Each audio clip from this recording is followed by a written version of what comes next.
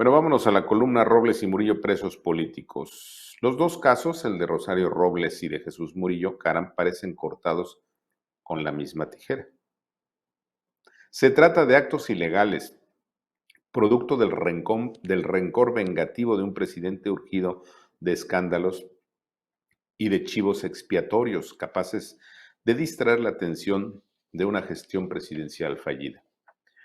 Pero el resultado de la venganza de Palacio no solo ratifica que vivimos en dictadura, en el gobierno de un solo hombre, sino que revela la existencia de perseguidos políticos y, en el extremo, presos políticos. Y precisamente la de presos políticos es la categoría desde la que se debe ver y analizar la persecución contra la exjefa de gobierno del DF y contra el extitular de la PGR. Y es que, por ejemplo, Jesús Murillo fue preso de manera ilegal acusado por una comisión de la verdad inconstitucional y que violenta el artículo 21 de la Carta Magna, ya que Alejandro Encinas no es fiscal y no tiene facultades para investigar nada. En pocas palabras, Jesús Murillo fue detenido en medio de una monstruosidad jurídica que atenta contra la Constitución, detención que pretende convertirlo en acusador de todo lo que el tirano de Palacio quiere que sea acusado el expresidente Peña Nieto. Pero vamos por partes. Es del dominio público que la señora Rosario Robles fue llevada presa mediante una acción ilegal, violatoria de la Constitución y que concertaron un juez y un fiscal lacayos del presidente. De esa manera, y cual integrantes de una pandilla mafiosa y criminal, el fiscal y el juez que acusaron a la señora Robles fabricaron una licencia de conducir falsa y con una dirección que no correspondía a la vivienda de la acusada. Es decir, que por consigna presidencial el Poder Judicial se prestó a la detención ilegal de Rosario Robles, lo que la convirtió en la primera presa política de la dictadura de AMLO. Además de que las acusaciones contra la exdirigente del PRD se sustentaron en un deficiente y maniqueo trabajo periodístico motejado como la estafa maestra, del que nunca se pudo acreditar delito alguno contra la señora Robles.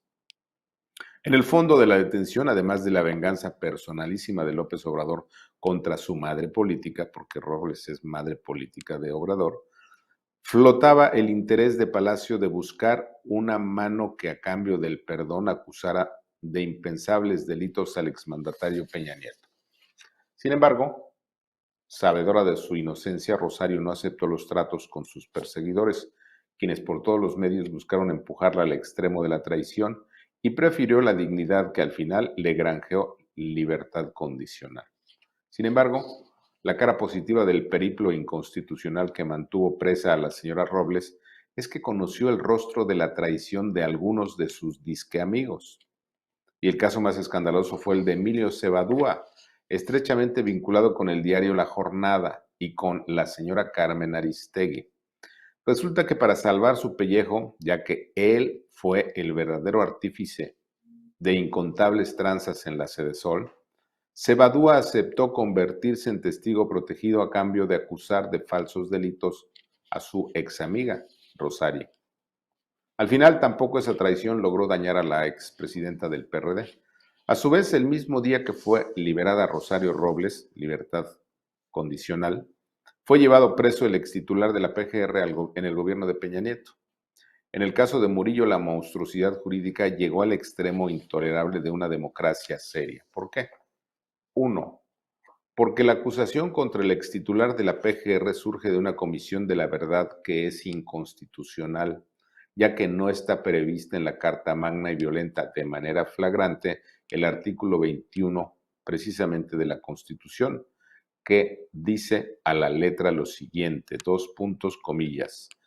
La investigación de los delitos corresponde al Ministerio Público y a las policías, las policías, actuarán bajo la conducción y mando de aquel, es decir, del Ministerio Público, en el ejercicio de esta función, es decir, de la investigación de delitos. Dos, de esa manera, Alejandro Encinas, quien acusó a Murillo en sus conclusiones de que los 43 fueron víctimas de un crimen de Estado, no es Ministerio Público, tampoco es juez, tampoco es policía. y tampoco tiene la facultad para indagar nada. Por tanto, Alejandro Encinas actuó violando la Constitución a pesar de que se ampara como presidente de la Comisión de la Verdad, una comisión creada por decreto de López Obrador, un decreto que también vulnera la Constitución. 3, más aún, en cualquier democracia en la que se crea una comisión de la verdad, sus integrantes son civiles, no servidores públicos, ya que, contrario a la norma elemental, toda comisión de la verdad pues debe estar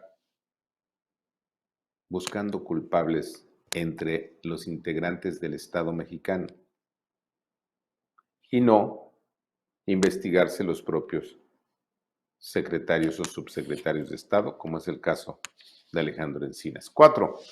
Pero la venganza política contra Jesús Murillo llega a niveles de verdadero escándalo si acudimos a la Comisión Interamericana de Derechos Humanos, en donde existe un expediente de los 43 y en especial una denuncia por crímenes de Estado.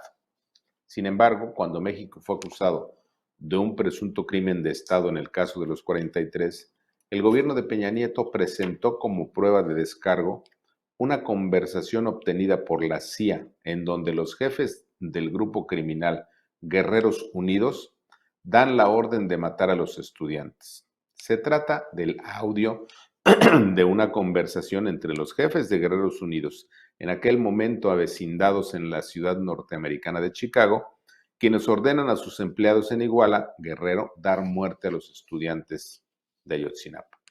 Con esa evidencia, la Comisión Interamericana de Derechos Humanos desechó la acusación de que el crimen de los 43 había sido un crimen de Estado, versión que de forma maniquea y violatoria de la Constitución hoy sostiene Alejandro Encinas para llevar preso a Jesús Murillo. En el fondo, con la persecución y cárcel contra Murillo Karam, lo que pretende López Obrador es que el extitular de la Fiscalía o de la Procuraduría General de la República se acoja al beneficio de testigo colaborador y mediante felonías diga contra Peña Nieto todo lo que quieren en Palacio que se diga contra el expresidente. En pocas palabras, como López Obrador no consiguió que Rosario Robles acusara a Peña Nieto, hoy busca que Jesús Murillo se convierta en el acusador del expresidente. La venganza sigue y continuará la persecución política contra los críticos y los opositores del tirano. Y sí, veremos más presos políticos al tiempo. ¿Qué hubo? ¿En dónde he leído algo parecido a esto? En ningún lado. Porque tienen a los medios agarrados de ya sabe dónde. Esa es la verdad. Esto es una dictadura y punto.